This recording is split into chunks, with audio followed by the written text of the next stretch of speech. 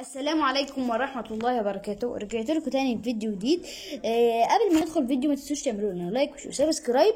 ودلوقتي يا جماعة خلينا نخش في الفيديو. الفيديو بتاعنا يا جماعة عبارة عن انا دلوقتي هرسم لكم حاجة حلوة جدا وفي نفس الوقت مش متعودين عليها قوي، ورسمة تعتبر جديدة شوية. تعالوا بقى نشوف ايه هي.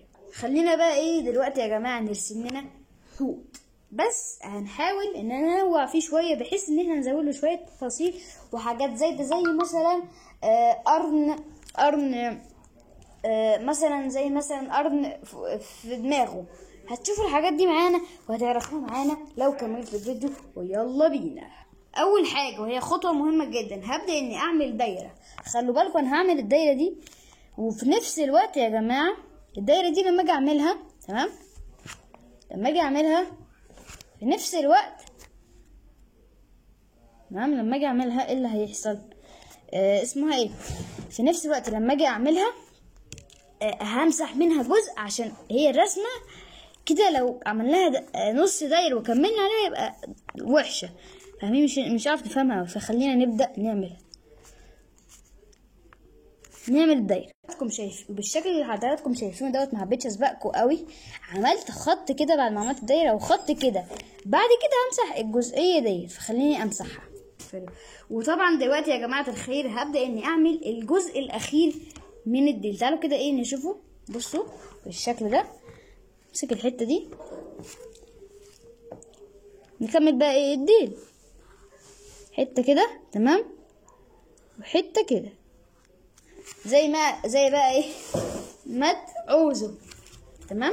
يلا بقى بينا نشوف العينين بقى اللي هتدي الملامح كده والانطباع عن الوجه. تمام. فخلينا بقى نبدأ. بسم الله. هنعمل العين الأولى، العين الثانية هندي بقى فيها شوية ملامح دايرة، أو نبدأ نحسن العين شوية بالشكل ده. عملته. خليني بقى اشوف الحاجة اللي بعدها اللي هي هتديله كده شكل كده جميل. تمام. هبدأ اني اعمل له رموش على عينيه.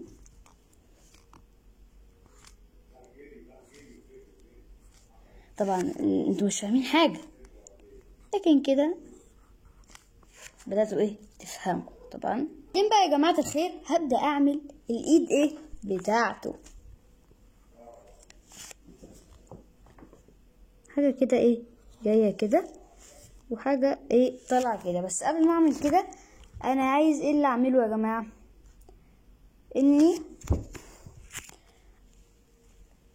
احاول اشيل شوية الطرف او الاستيكة اللي عليها دي، بس شوفوا عدل. تمام كده. وهبدأ اني اروح اعمل الايد التانية هنا. حاولوا كده تفننوا في الايادي شويه. شايفين الحلاوه؟ بعد كده بقى نخش على الجزء الثاني، ومعرفش الكام هو. الحاجه بقى اللمسه اللي من عندي اللي هي الارض اللي هيبقى عليه. بعد كده بقى هبدا ازود شويه تفاصيل كده عشان تديله كده حلاوه. هبدا اني احط كده فقاعات كده ميه هنا، كأنها فقاعات اكسجين كده بتنفسها مثلا. كبر واحدة، صغر واحدة، عادي. بعدين هبدأ اني احط كده رموش على عينيه.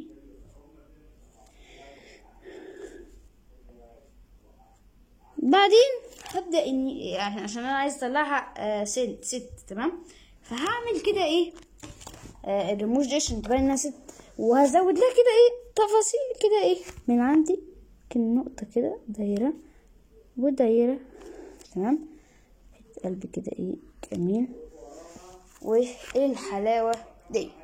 وبعدين هبدأ اني ارجع بقى للجزء المفضل عندي، وهو التلوين.